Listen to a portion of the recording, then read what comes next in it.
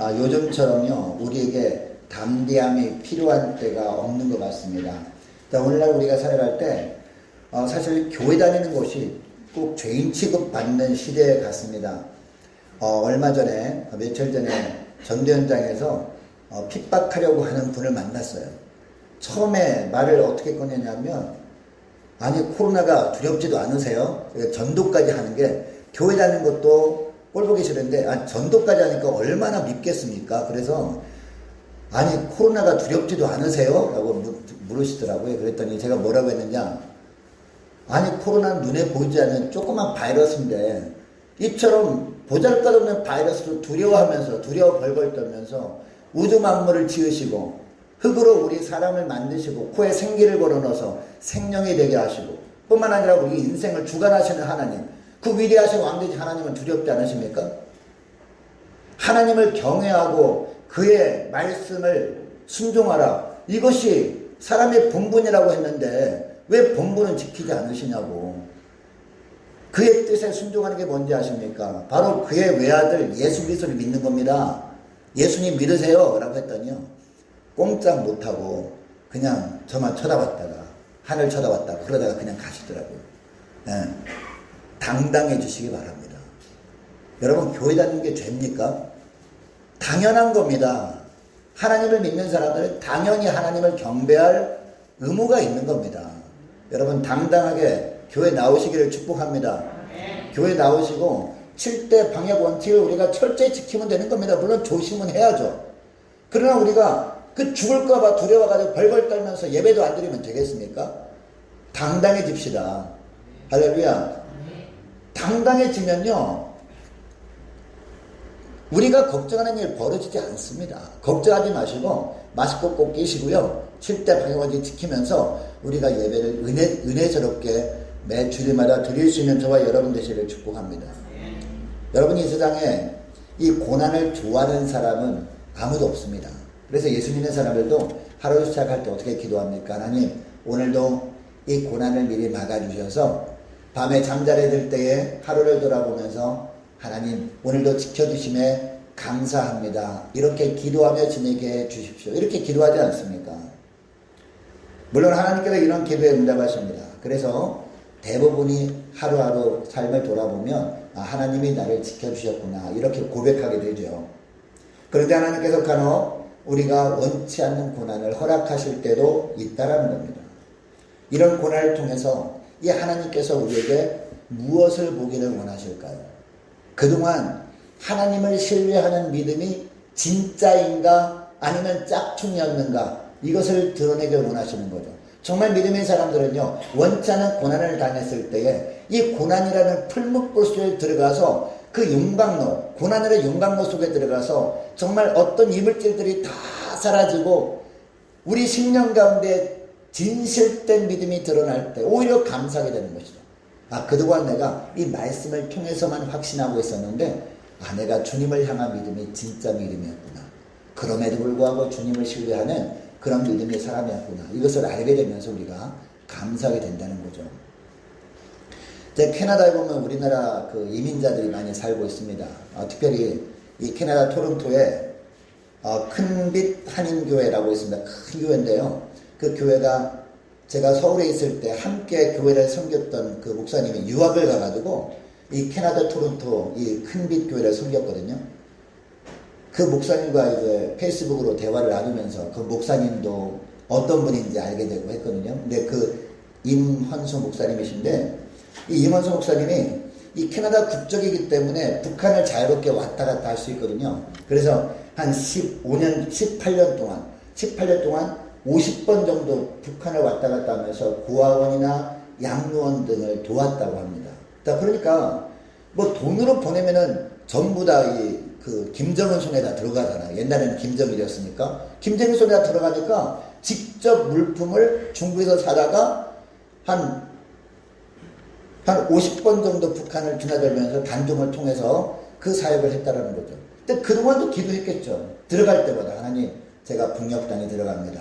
주님이 지켜주지 않으면 제가 붙잡힐 수밖에 없으니까 주님 도와주시고 보호해 주옵소서. 이렇게 기도하고 들어갈 때마다 50번 정도는 안전하게 하나님이 지켜주셨다는 거죠.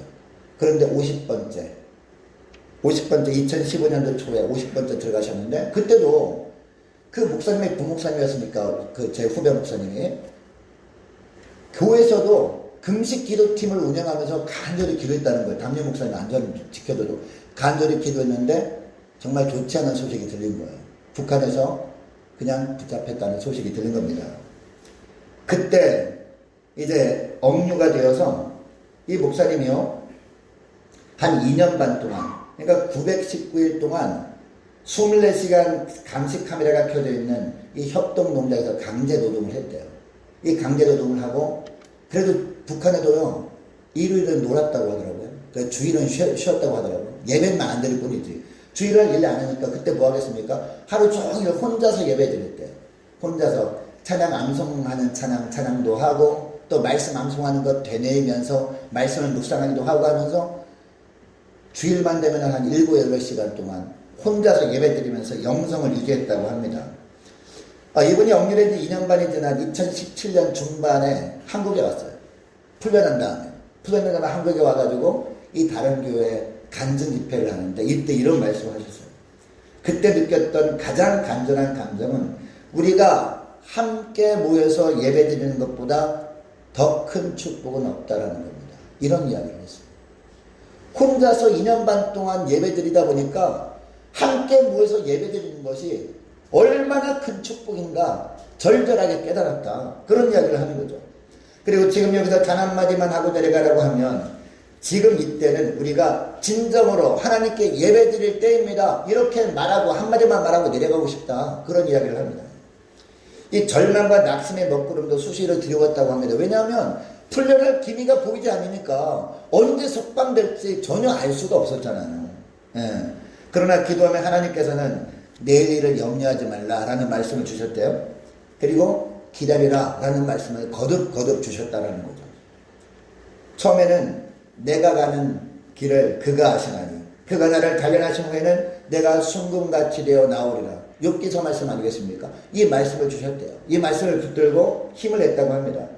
이후로는 이 하나님께서 최선의 시간을 나에게 예배해 주셨겠구나라고 생각하면서 마음이 편안해졌다고 합니다. 그리고 이 목사님은 고백합니다. 고난당한 것이 내게 유익이라. 이런 말씀을 왜 몰랐겠습니까? 시편 119편 말씀. 그런 말씀을 알았지만 실제적으로 삶 가운데 체험은 별로 되어지지 않았다는 거죠. 그런데 직접 북한 땅에서 억류되어서 2년 반 동안 협동농장에서, 여러분 목사님이 일을 하면 얼마나 일했겠습니까? 하루 종일 그처럼 강제 노동을 당해보니까 고난당한 것이 내게 유익임을 알게 되었다는 거죠. 그럼에도 불구하고 나를 신뢰하느냐? 이런 음성도 들었대요. 예. 그동안 주님을 신뢰하고 주님을 의지하고 살았는데 그것이 진짜였구나라는 것을 북한에 억류되는 기간 동안 철저하게 깨달았다는 거예요. 오히려 감사하는 시간이었다. 이런 고백을 합니다. 아직도 6명의 억류된 분들이 있어요. 그때 함께 억류되어서. 그분들은 한국 국적이에요. 대한민국 국적이니까 놓아주질 않고 있어요. 다른 선교사들입니다. 이제 탈북자들 이제 탈북시켜서 이 남쪽으로 보내는 일을 하던 분도 붙잡혀 있고, 또 북녘 땅에 고아원 사역하는 분도 붙잡혀 있고요. 또 북한에서 중국으로 넘어간 사람들 성경 공부 시키다가 붙잡혀서 이제 강제 노동을 당하고 있는 분들도 있습니다. 그분들을 위해서 정말 우리가 기도할 때 정말 기도해야 됩니다. 그분들이 얼마나 힘들어하는지 모른다는 거죠. 사랑하는 여러분, 앞으로 하나님께서 어떤 종류의 시련을 우리에게 주실지 몰라요. 어떤 종류의 고난을 주신다 해도 그 고난에도 불구하고 하나님만을 신뢰하는 그런 믿음이 증명된 것으로 말미암아 감사할 수 있는 저와 여러분 되시기를 축복합니다. 지금은 몰라요. 우리가 주님을 신뢰하는 믿음이 진짜 믿음인지 가짜 믿음인지 지금은 구분할 수 없어요. 그런데 그때 가서는 분명히 알게 된다는 거죠. 이것으로 말미암아 감사할 수 있는 저와 여러분 되시기를 축복합니다. 자, 우리는 계속해서 시편 119편 말씀을 살펴보고 있거든요. 성경은 총 몇 권입니까? 66권입니다. 66권인데 총 장수가 몇 장인지 아십니까? 창세기부터 계시록까지 총 장수는요 1189장입니다. 1189장 중에서 가장 짧은 장이 어딜까요? 시편 117편이죠. 그럼 제일 긴 장은요 119편입니다. 네. 요새 제가 성경 필사를 하고 있지 않습니까? 10편, 119편 필사할 때는 너무 힘들더라고요. 다른 장은 그래도 한 뭐 19절, 긴 절은 막 35절 이렇게 되거든요. 근데 119편은요, 필사해도 끝나지 않는 걸 아직까지 119편이야? 하면서 너무 긴장해요. 근데 10편, 119편을 쭉 우리가 필사하거나 읽다 보면요, 가장 반복되는 말씀이 뭐죠? 바로 말씀이죠. 어떤 율법, 교훈, 말씀 이렇게 계속 반복되면서 말씀이라는 단어가 계속 나옵니다. 또 반복되는 그런 내용들이 있어요. 두 가지 내용이 나오는데요. 하나는 고난에 대한 내용이에요. 그리고 또 하나는요, 기도에 대한 내용입니다. 여러분, 이것을 통해서 10편, 119편 말씀은 하나님께서 우리에게 어떤 메시지를 던져주시는 거예요? 고난당할 때 뭐를 붙들라? 말씀 붙드는 것밖에 방법이 없다는 거예요. 고난당할 때일수록 말씀 붙들라, 그리고 기도하라, 이것이 살 길이다 라고 말씀하는 게 바로 10편 119편의 주제라는 거죠. 자, 오늘 본문에 기록한 10편 기대도 보면요, 삶 가운데 기가 막힌 환난을 만난 것 같아요. 25절 말씀을 보세요. 우리가 예전에 살펴봤던 25절 말씀 보니까 내 영혼이 어디에 붙었어요? 진토에 붙었다라고 하고 있어요. 여러분, 진토가 뭐죠? 흙먼지 아닙니까? 하나님께서 우리를 흙으로 만드셨는데 내 영혼이 이 진토에 붙은 것처럼 너무나 힘들었다는 거예요. 죽을 것 같은 거예요. 우리가 언제 흙으로 돌아가요? 죽은 다음에 우리 육신이 흙으로 돌아가는 거 아닙니까? 그러니까 죽을 것 같았다라고 표현하는 거죠, 이것이. 그리고 28절 말씀을 보면 뭐라고 합니까? 나의 영혼이 눌림으로 말미암아 녹사오니, 영혼이 녹을 정도니까 얼마나 고생했겠습니까? 그리고 83절 말씀에도 보면 내가 연기 속에 가죽불에 같이 되었다라고 합니다. 여러분, 연기는 언제 나는 거예요? 불이 피워질 때 연기가 나는 거 아닙니까? 그 위에 가죽불에가 있는데 이 연기가 가죽불에 계속 올라갔다는 것은요, 열기가 계속 가죽불에한테 올라간 거예요. 그러니까 가죽불에가 처음에는 부들불러 했었는데 계속 연기, 뜨거운 열기가 막 올라가면 어떻게 돼요? 가죽불에가 쭈글쭈글해져요. 말라가요. 완전히 말라가지고요, 가죽불에가 딱 만지면 바스라질 것 같은 그런 상태가 된 겁니다. 그러니까 시편 기자인 다윗이 얼마나 그때 고통당해서 힘들었으면 이렇게 표현을 했을까요? 상상도 못할 고통이었다는 것 분명해 보입니다. 여러분, 예수 믿는 사람이라면 이런 고난이 찾아왔을 때 대부분 어떻게 합니까? 당연히 기도하죠. 기도하고 또 기도합니다. 그런데 기도해도 계속해서 응답이 없는 것처럼 보일 때 어떻게 합니까? 너무나 많은 사람들이 타협을 해버리죠. 세상과 손잡아 버립니다. 지금은 도저히 방법이 없으니까 일단 손잡고 타협한 다음에 나중에 기회를 보고 하나님의 기회를 주시면 그때 하나님께 돌아오면 되지 뭐 라고 생각한다는 겁니다. 그런데 오늘 본문을 보면 시편기자는 어떻게 하고 있습니까? 그런 상황에서도 누구만을 바라보겠다? 주님만을 바라보겠습니다 라고 하고 있습니다. 자신이 힘으로 아무것도 할 수 없는 상황이에요. 그러나 자기를 대적하는 그 편들에 서지도 않을 것이고 스스로 생명을 끊지도 않을 것이고 세상과 타협하지도 않겠다, 그런 이야기를 합니다. 오직 구원의 하나님께 기도할 뿐이다 라고 고백하고 있습니다. 145절 말씀 보면요, 한두 번 기도하는 것으로 만족하지 않죠. 계속 부르짖어 기도해요. 살려주시면 더욱 말씀대로 살겠습니다 라고 합니다. 부르짖어 기도하면 응답해 주실 것을 확신하면서 끝까지 응답받을 때까지 기도합니다. 그런데 어떻게 합니까? 그런데 하나님께서는요, 침묵하십니다. 계속해서 응답을 해주지 않으세요. 오늘 본문에 보니까 145절 말씀 보세요. 부르짖어 기도했는데도 응답이 없죠. 그리고 146절에 또 기도합니다. 부르짖어서. 그래도 응답이 없어요. 147절 말씀 보면 이번엔 어떻게 기도합니까? 147절 말씀입니다. 내가 날이 밝기 전에 부르짖으며 주의 말씀을 바라싸우며 라고 하고 있습니다. 그리고 148절 말씀 보면 주의 말씀을 조용히 읊조리려고 내가 새벽녘에 눈을 떴나이다 라고 하고 있습니다. 계속 부르짖어 기도했는데도 불구하고 하나님이 침묵하시는 것 같으니까 이제는 어떻게 하느냐, 새벽에 일어나자마자 주님이 주실 말씀을 사모하면서 부르짖었다라는 겁니다. 그리고 주의 말씀을 읊조리려고 라는 문장은요, 주의 말씀을 붙들려고 라는 의미입니다. 자, 그러니까 새벽녘에 어떻게 했다는 거예요? 주님 주신 말씀 붙들고 부르짖어 기도했다라는 겁니다. 처음에는 하나님 너무 힘듭니다. 좀 구해주세요 라고 했는데 응답이 계속 없으니까 기도의 내용이 바뀌고 있죠. 처음에는 하나님 이 고난의 상황 제가 감당할 수 없습니다. 너무 힘듭니다. 하나님 건져주세요 라고 기도했는데 하나님께서 그냥 바라보기만 하는 것 같아요. 아무런 말씀도 없으세요. 그러니까 기도 끝내버리는 것이 아니라 계속 기도하는데 기도 내용이 바뀌고 있다는 거죠. 어떻게 바뀌고 있어요? 주님 한 말씀만 하옵소서. 그 말씀을 붙들고 기도하는 거죠. 주님 말씀하시면 그 말씀을 지키겠습니다라고 기도의 내용이 바뀌고 있다는 거죠. 여러분 믿음의 기도는 어떤 게 믿음의 기도입니까?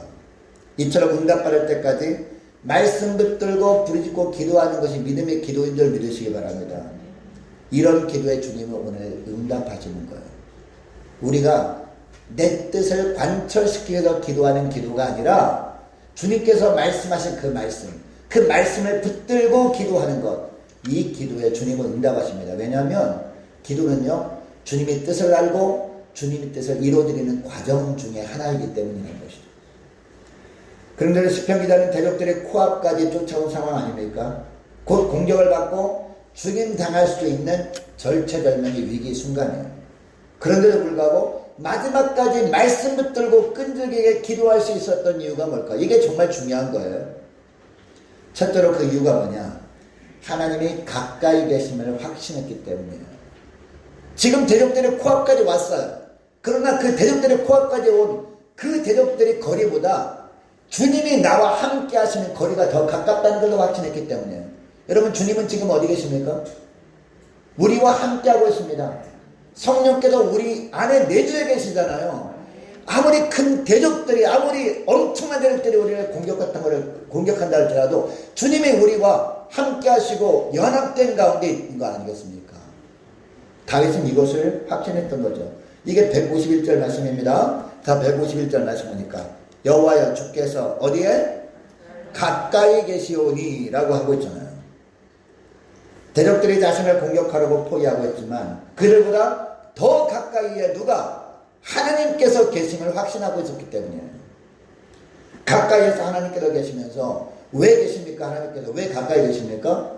하나님은 우리의 뭐가 되시기 위해서? 방패가 되어주시기 위해서, 우리의 산성이 되어주시기 위해서, 우리의 참 피난처가 되어주시기 위해서 가까이 계시는 줄 믿으시기 바랍니다. 이것을 다윗이 안 거예요. 그래서 이렇게 기도할 수 있었던 겁니다. 여러분 열왕기하 6장에 보면요, 이 아람 나라라는 나라가 나와요. 북이스라엘 바로 위의 나라인데 이 아람 나라가 호시탐탐 이 북이스라엘을 침공하려고 했어요. 침공하려고 했는데 그때마다 북이스라엘이 어떻게 어느 방향으로 몇 사람이 침공할지를 북이스라엘 왕에게 고자질한 사람이 있어요. 누가요? 누가? 엘리사 선지자가.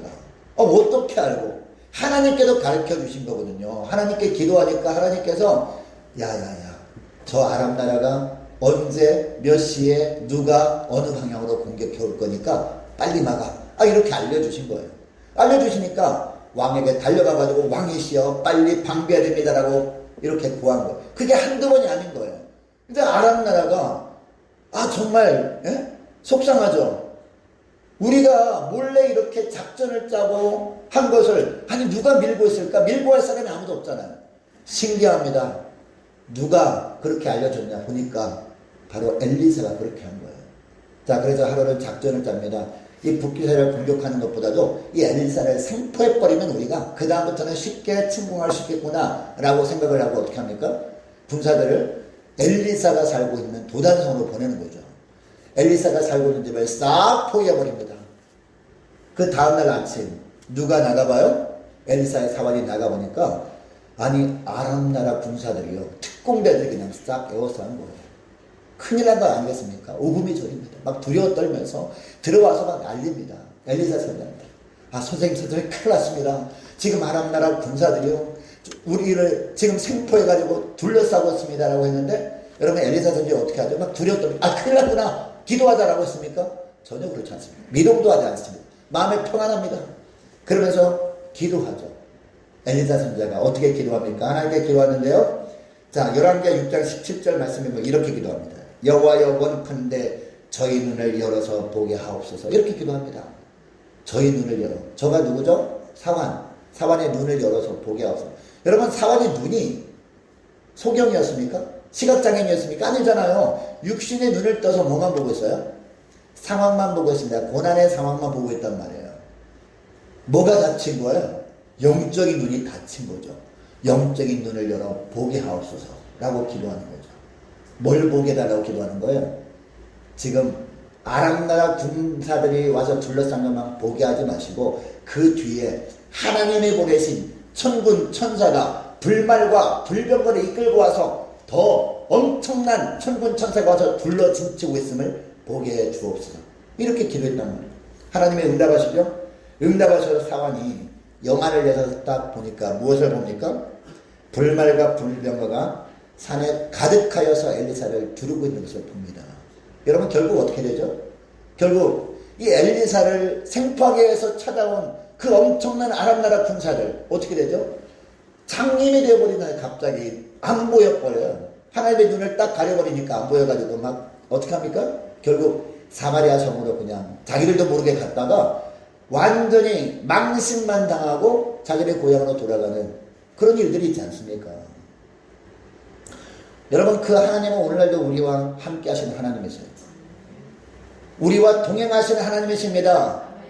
우리가 어떤 문제를 만나서 우리가 힘들어할 때 우리를 공격하는 그 엄청난 대적들이 우리를 공격할 때 우리를 도와주시기 위해서 우리와 함께 하시고 우리의 방패가 되어주시는 분이세요. 하나님은 우리의 피난처가 되어주시는 분이십니다. 여러분, 이것 때문에 고난이 끝나지 않을 것 같은 그런 상황에서도 우리가 끝까지 어떻게 해야 돼요? 그 하나님의 말씀 붙들고 기도해야 된다는 것이죠. 그리고 두 번째로 하나님께서 그동안 모든 것을 지켜보셨음을 알았기 때문에 이런 고난의 상황에서 기도할 수 있었던 거예요. 자, 153절 말씀 보시기 바랍니다. 153절 말씀 보니까 나의 무엇을 보시고? 고난을 보시고 라고 하고 있어요. 여러분이 고난을 보시고 라고 하는 것은요, 이때만 보셨다라는 게 아닙니다. 그동안 다윗이 살아온 생애 가운데 엄청나게 많은 고난들이 있지 않았습니까? 그 고난 당할 때마다 하나님은 어떻게 하셨다고요? 보셨다라는 걸 계속해서 보아오셨고 지금도 여러 가지 환난을 만나서 대적들이 공격을 받을 때 지금도 어떻게 하고 계시다? 보고 계시다. 이것을 다윗이 알고 있었다. 이것을 확신하고 있었다는 거예요. 그러니까 하나님이 다 보고 있으니까 어떻게 하면 돼요? 나를 보고 계신 하나님께 기도할 수 있는 것 아니겠습니까? 이걸 모르면 기도가 안 나오지만 이것을 우리가 알게 되면 기도할 수 있는 것이죠. 여러분, 심지어 이 다윗은 자기가 이 땅에 태어난 순간부터 지금까지 일거수일투족을 다 지켜보시는 하나님이심을 확신했어요. 여러분, 시편 71편 말씀도 다윗이 시편이거든요. 시편 71편 6절 말씀 보면 이런 말씀이 나와요. 내가 모태에서부터 주의 붙드신 바 되었으며 내 어미 배에서 주의 취하여 내신 바 되었사오니 라고 합니다.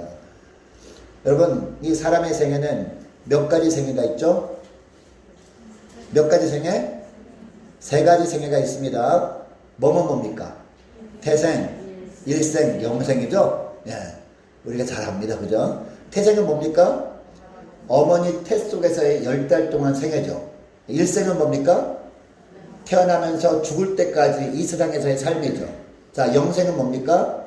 죽음 이후에 영원한 세계에서의 삶이죠. 자, 그런데 어머니 태 속에서 10달 동안 살 때 유산될 수도 있었잖아요. 그죠? 유산될 수도 있었지만 어머니 태에 딱 달라붙어 있음으로 말미암아 우리가 10달 동안 살게 된 거 아닙니까? 그죠? 어머니 태로부터 양분을 공급받아 살게 된 거 아닙니까? 그런데 다윗은 어떻게 표현하고 있어요? 하나님께서 붙들어 주셨기 때문에 10달 동안 태에서 살게 되었다. 이렇게 고백하는 거예요. 자, 그리고 때가 참에 이제 세상에 태어날 때가 되었어요. 자, 태어날 때가 되었는데 누가 출산할 때 누가 끄집어냅니까? 조산원이 끄집어내잖아요. 그 당시에. 그죠? 조산원이 끄집어냈는데 다윗이 어떻게 표현해요? 하나님께서 때가 참에 어머니 태에서 끄집어내어서 내가 빛을 보게 되었다. 이렇게 고백하는 거예요. 누구의 손에 의해서? 조상의 손에 의해서 하나님께서 끄집어내어서 이 세상에 태어나게 되었다. 이처럼 여러분, 태중에서도 지켜보시고 붙드신 하나님이라면 이 세상에 살아가는 동안에 매 순간 하나님께서 당연히 지켜보시고 붙들어주고 계시는 분이다. 이런 고백을 하는 거예요. 이것을 다윗이 안 거예요. 이것을 아니까 그 하나님께 기도하지 않을 수 없었던 거죠. 여러분처럼 어머니 태 속에서 10달 동안 있을 때도 붙들어주신 하나님이라면, 네? 이 세상에 사는 동안 고난의 시기를 지날 때는 하나님께서 어떻게 하셔요? 당연히 붙들어주시는 하나님이심을 믿으시기 바랍니다. 그 하나님께 부르짖으면 주님이 때에 주님께서 어머니 태에서 끄집어내 주신 것처럼 고난의 수렁에서도 하나님께서 끄집어내 주실 줄 믿으시기 바랍니다. 그 하나님께 기도하는 저와 여러분 되시기를 축복합니다. 여러분 마태복음 14장에 보면 오병이의 기적 사건이 나와요. 오병이의 기적 사건 지난 다음에 우리 주님께서 뭐라고 하십니까? 어디로 가십니까? 산으로 올라가세요. 오병이의 기적이 막 나타나니까 사람들이 난리가 났어요. 이야, 정말 우리가 기다리던 메시아가 왔다, 왕이 오셨다고 하면서 예수님을 막 추앙하려고 합니다. 그런데 예수님은 어떻게 해요? 사람들을 멀리 하시고 산으로 가신단 말이죠. 산으로 뭐 하러 가십니까? 기도하러 가십니다. 그리고 제자들을 어떻게 합니까? 제자들에게 배를 타고 건너편 마을로 가라 라고 하신단 말이죠. 근데 배를 타고 가는데 그 배는 예수님이 없어서 진짜 제자들만 가고 있었습니다. 그런데 밤이 되었어요. 밤이 되었을 때 갑자기 바람이 막 몰아치죠. 엄청난 광풍이 불어칩니다. 배가 막 뒤집을 듯 합니다. 그래서 어떻게 합니까? 제자들이 열심히 노를 줬죠. 뒤집어지면 안 되니까 열심히 노를 줘요. 노를 줬다 보면 힘이 다 떨어지죠. 힘이 다 떨어졌어요. 제자들이. 이제 큰일 났습니다. 잠시 잠깐 후면요, 노를 젓지 않으면 이 바람에 배가 뒤집어지게 생겼어요. 다 빠져 죽게 생겼어요. 근데 그때 놀라운 일이 벌어졌죠. 저 멀리서 밤중에 바다 위를 저게 파도인지 사람인지 모를 정도로 하얀 옷을 날리면서 긴 머리카락을 휘날리면서 바다 위를 걸어오는 어떤 존재가 있어요. 이 사람들 뭐라고 생각했습니까? 귀신이다 라고 생각을 했겠죠. 유령이다 라고 생각했습니다. 여러분 유령이었나요? 누구였습니까? 예수님이었습니다. 할렐루야. 여러분 이것을 통해서 알 수 있는 사실이 뭡니까? 주님은 다 보고 계셨다라는 겁니다. 산에서 기도는 하시지만 우리 주님은요, 기도하면서도 다 보십니다. 다 보고 계시다가 결정적인 순간에 우리 주님께서는요, 심지어 바다까지도 장악하시는 분 아닙니까? 바다까지 하시는 분 아닙니까? 바다 위를 걸어서까지 달려오시면서까지 이 제자들에게 찾아와서 바다를 잠잠케 하시고 이 제자들을 도와주셨다는 거예요. 보호해 주셨다. 이 말씀을 하는 겁니다. 여러분 바다를 잠잠케 하신 주님께서 우리가 믿는 주님이십니다. 오늘날도 살아계신 주님이시고 여러분 그 당시에 그런 역사를 일으키신 주님이라면 그 주님의 능력이 오늘날은 약화됐습니까? 약화됐어요? 약화됐기 때문에 우리가 주님을 의지하지 못할 정도입니까? 아니죠. 똑같죠. 주님의 능력은 어제나 오늘이나 영원토록 동일하십니다. 그 주님께 기도하면요, 여러분 바다까지도 잠잠케 하신 주님이라면 우리가 당한 고난은 주님께서 말씀으로 잠잠케 해주시지 않겠습니까? 할렐루야. 주님은 지금도 우리의 고난당한 상황을 다 보고 계십니다. 그 주님께 기도할 수 있기를 축복합니다. 자, 그리고 세 번째입니다. 하나님은 어떤 분이냐? 변호하시는 분임을 알았기 때문이에요. 자, 154절 말씀입니다. 154절 말씀. 주께서 나를 어떻게 하시고? 변호하시고 라고 하고 있습니다. 여러분 하나님은요, 우리가 기도할 때 우리를 찾아오시는데 우리에게 오시는 목적이 있다는 겁니다. 어떻게 하시려고 오신다? 우리가 기도하면 주님께서 우리를 찾아오시는데 변호하시기 위해서 찾아오시는 분이다 라고 합니다. 여러분 오늘 본문에 보면 이 악인들이 나오죠. 이 악인들이 어떤 자들입니까? 하나님의 법을 무시하고 세상 법대로 사는 자들 아닙니까? 하나님의 법을 버리고 세상과 타협하는 자들입니다. 여러분 이들이 시편 기자를 어떻게 공격하죠? 다윗을 어떻게 공격해요? 이 말씀을 온전하게 지키지 못할 거면 아예 자기들처럼 사는 게 낫지 않겠느냐. 여러분 다윗도 범죄할 때가 있었잖아요. 다윗이 바세바를 범할 때가 있었잖아요. 뭐 간혹 가다가 뭐 작은 죄악들 범할 때가 있지 않았습니까? 그때마다 다윗을 공격한 거예요. 근데 오늘날도 마찬가지죠. 오늘날도 우리 예수 믿는 사람들이요, 완전할 수 없잖아요. 완전하신 분은 예수님밖에 없는데 누가 완전할 수 있겠습니까? 그러면은 성경 말씀을 조금 안다는 사람들이 성경 말씀을 빙자해서만 공격한다는 거죠. 야고보서에 보면 온 율법을 지키다가 단 하나라도 거치면 모든 것을 범한 자가 되느니라고 하는데, 그렇다면 너는 모든 율법을 다 범한 자네. 그럴 바에는 차라리 나처럼 세상과 타협 품을 사는 게 좋지 않겠느냐, 이렇게 막 유혹한다는 거죠. 그럴 바에는 뭐하러 그렇게 광신자처럼 사느냐. 그냥 간혹가다 예배 빠지기도 하고, 바쁠 때는 예배 가지 않기도 하고, 그렇게 유도리 있게 사는 게 낫지 않겠냐, 이렇게 막 유혹한단 말이죠. 이 다윗에게 그렇게 유혹했다는 겁니다. 여러분, 사단의 특성이 뭡니까? 정죄하는 겁니다. 이 사단은 이 자신의 운명을 다 알아요. 여러분, 사단의 운명이 어디죠? 예? 지옥이잖아요. 하나님이 지옥을 왜 만들었어요? 예수 안 믿는 사람을 쳐넣으려고 만드신 겁니까? 아니에요, 여러분. 예수 안 믿는 사람처럼 보이는 분들도요, 결국에는 예수 믿어야 될 분들이에요. 왜? 하나님은 그들을 위해서도 천국을 만들어 놓으셨기 때문에. 여러분, 지옥은 왜 만들었어요? 쿠데타를 일으키다 실패한 이 사단 마귀 귀신들을 가두기 위해서 만든 영적인 감옥이란 말이에요. 이 사단은요, 사단 마귀 귀신들은 자기의 운명을 너무 잘 알아. 무적에 이 지옥에 활랄 타는 불에 들어가서 영원히 고통당할 것을 알아요. 그런데 자기만 들어갈 거 생각하니까 억울한 거예요. 그래서 하나님께서 하나님의 형상대로 만든 사람을 어떻게 하든지 다 예수 믿게 해서 천국으로 들여보내게 하실 하나님의 계획을 망가뜨리고 싶어 하는 거예요. 그래서 어떻게 하든지 사람들로 하여금 예수 못 믿게 해가지고 이처럼 막 이 말씀을 빙자해서 정죄하고 해서, 아 맞아, 내가 완벽하게 살지 못할 거면 차라리 그냥 대충 살자, 이렇게 하게 만들어가지고 결국은 주님을 등리채 살게 해서 지옥길로 가게 만드는 거예요. 결국 마귀들이 본인들이 지옥 갈 때 붙잡아가지고 같이 끌고 가려는 거거든요. 여러분, 여기 속아 넘어가면 되겠습니까? 되겠어, 안 되겠어요? 절대 안 되죠. 그럼 어떻게 됩니까? 주님이 누군지 알아야 되는 거예요. 마귀는 우리를 참소합니다. 우리를 정죄합니다. 한 가지 죄를 지으면 너 그럴 바엔 차라리 안 믿는 게 좋다, 그렇게 믿음생활 잘하는 것처럼 보이다가 한 가지 죄를 범하면 얼마나 하나님께 하나님의 영광을 가리게 되겠네요. 차라리 그럴 바에는 뭐하러 그렇게 하느냐라고 한단 말이죠. 그러나 그때라도요, 우리가 주 앞에 나가 회개하고 우리가 죄를 자백하고 하면 우리 주님께서 우리를 찾아오시는데 어떤 모습 찾아오세요? 검사의 모습이 아니라 변호사의 모습으로 찾아오신다는 거예요. 주님께서 우리를 변호하시는 거예요. 사람을 잡고 참소합니다. 죄를 범했다고 참소해요. 근데 우리 주님께서 우리를 찾아오셔서, 그러니까 내가 십자가에서 그 죄를 대신 심판받은 거다라고 주님이 말씀하시고 우리를 변호하시는 분이세요. 이것을 다윗이 한 거예요. 그래서 다윗은 나를 변호하시고 나를 구하사, 이렇게 기도할 수 있었던 겁니다.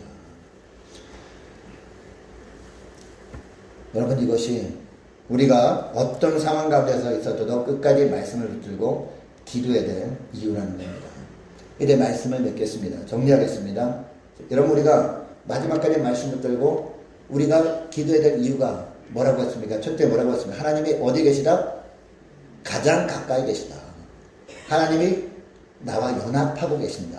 주님께서 내주하고 계십니다. 이것 때문이라는 거죠. 그리고 또 하나는 뭐였습니까? 하나님은 우리의 모든 고난의 상황을 어떻게 하신다? 지켜보고 계십니다. 그동안도 쭉 지켜보고 계셨지만, 그동안 지켜보시다가 지금은 잠깐 눈 감으시는 게 아니라 지금도 나를 지켜보고 계신다. 그러니까 우리가 지켜보시는 주님께 기도할 수밖에 없다라는 거죠. 그리고 마지막 한 가지가 무엇입니까? 주님은 어떤 분이기 때문에? 변호하시는 분이기 때문에. 사단은 참소하지만, 사단은 지독하지만, 사람들을 통해서 자꾸 우리를 정죄하지만, 그러나 우리 주님은 우리가 회개하기만 하면 우리를 변호하시는 분이기 때문에 우리가 어떠한 고난과 시련 속에서도 우리가 주 앞에 기도할 수밖에 없다는 거죠. 아무튼 이것을 기억하고 어떤 고난이 찾아와도 그 고난을 주님만을 신뢰하는 어떤 환경 속 주님만을 신뢰하는 기회로 삼으시는 저와 여러분 되시를 축복합니다. 이렇게 살아감으로 말미암아 정말 주님의 마음을 시원케 드리는 저와 여러분 되시를 주 이름으로 축복합니다. 기도합니다.